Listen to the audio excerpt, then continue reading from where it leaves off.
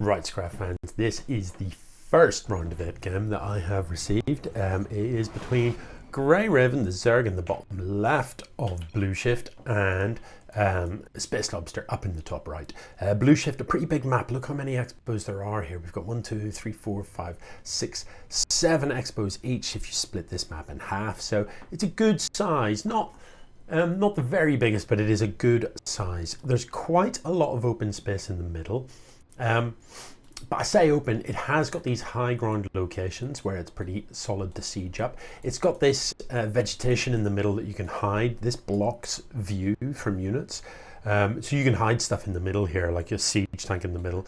And it's got these destructible rocks to open up the paths through the middle as well.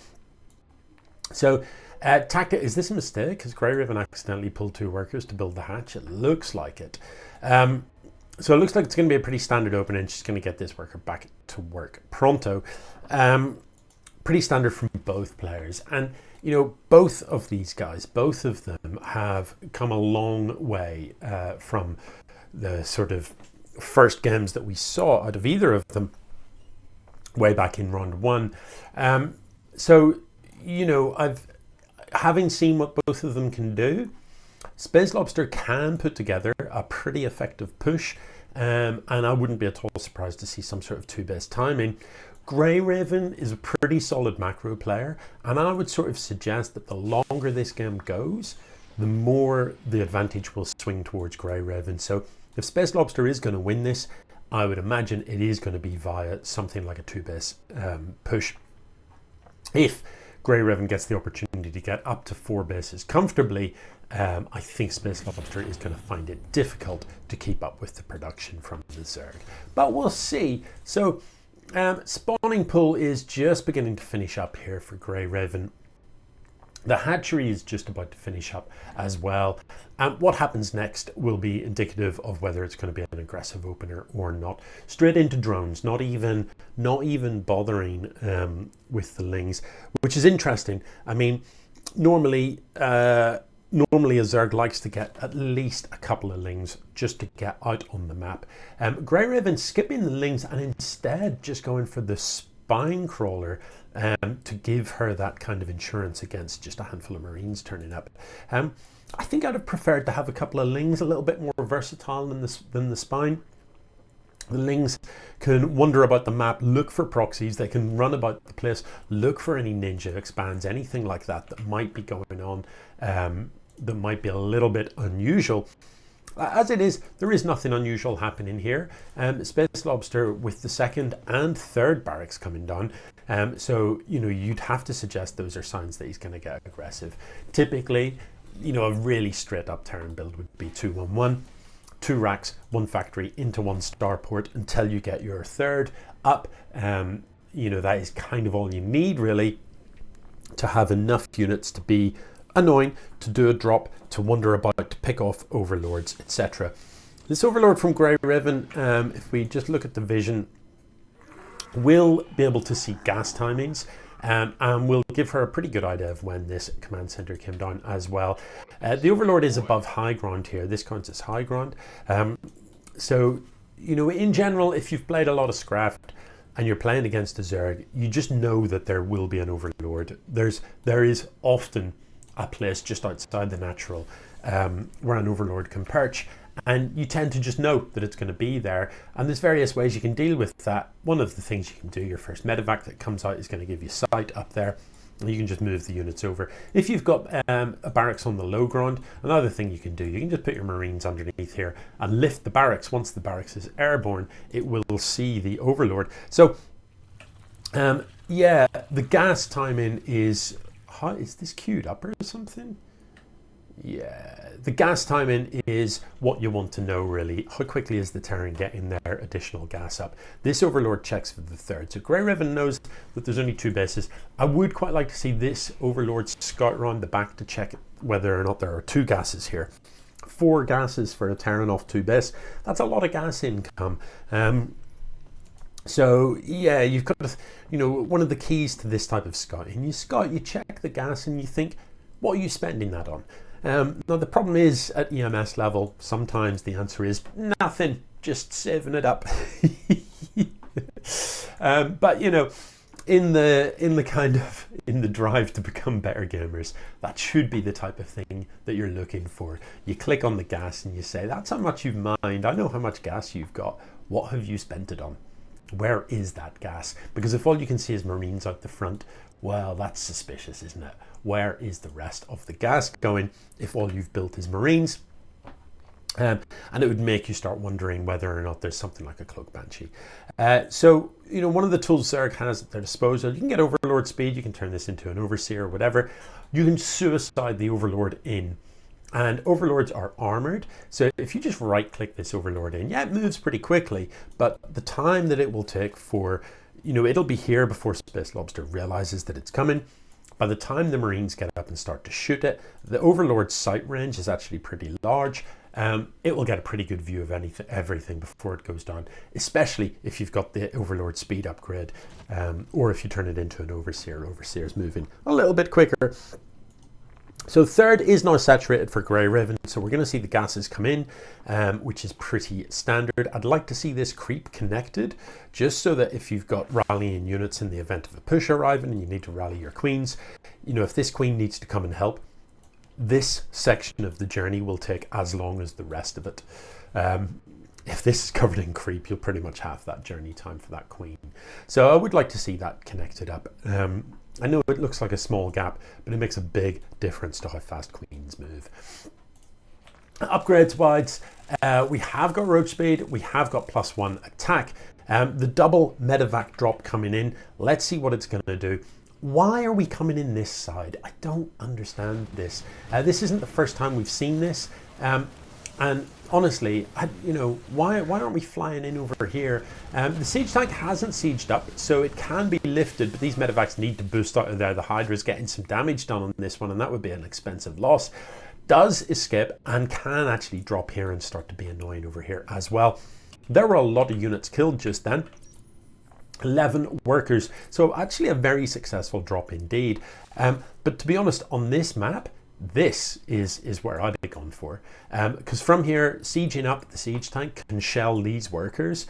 You've got access to some of the tech. You could maybe focus on, you know, stim in, and you could focus on the spawning pool. And nobody likes to lose their spawning pool. Hello, cat. Because all of the rest of your tech, you have got to have a spawning pool to build pretty much anything. So SpaceLobster, with a pretty successful drop, could have been devastating. I feel like in this position, getting the siege tank sieged up and then stimming the rest of your Marines across the map and into here would have been pretty spicy, possibly into here and get a snipe on the fourth. SpaceLobster does have a third building. That is on its way. +1 attack is on its way.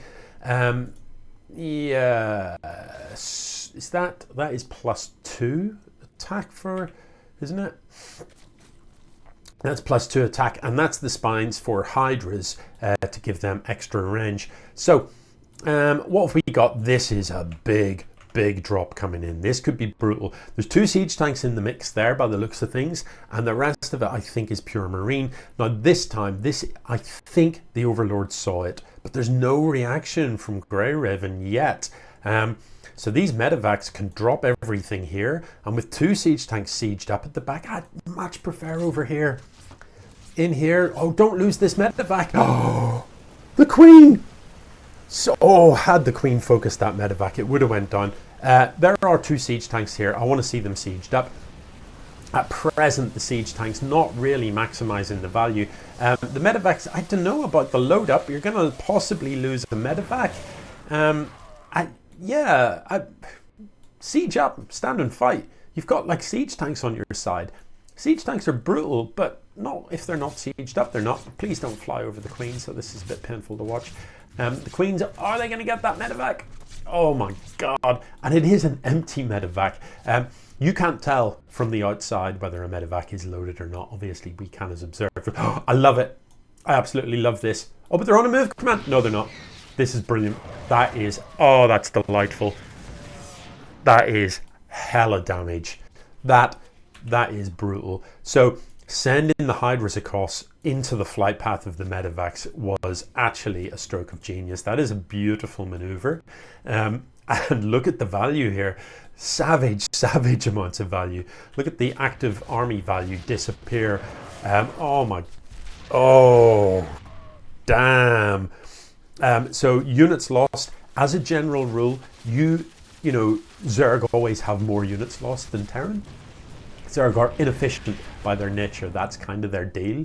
So to actually see a Terran having lost significantly more units than a Zerg tends to mean that the Terran is going to be in serious trouble. Army supply is almost double here, but these siege tanks, that is 3 siege tanks in siege mode, and this is Hydra dense. No, you can't push into siege tanks with just Hydra. It's too expensive. There's only 2 Marines standing though, and maybe just the overwhelming numbers is going to be enough. But my God, that is an inefficient trade, isn't it? What are we down to now? Three Hydras from that whole army. So SpaceLobster is going to manage to clean this up in the end, but you know, that is a serious lesson in how not to attack as a Zerg into siege tanks. You need more roaches. You need more roaches to space out the Hydras and to buffer the tank shots. Or you need lurkers, or you need vipers. Look at the way the units lost is now completely reversed. The Zerg has lost significantly more resources than the Terran. That was the efficient trade that was required, and SpaceLobster could have had that efficient trade here on the Zerg, in the Zerg base. And had they done that, you know, they would have massively thinned out the Zerg army, and this push probably could have been much easier deflected. However, chose for whatever reason to not siege up the siege tanks during that drop, and to kind of run away when arguably it was a winnable fight. You've got to bear in mind, when you siege up in your opponent's base, it means your opponent's army has to come in between their buildings, and that is rich pickings for a siege tank.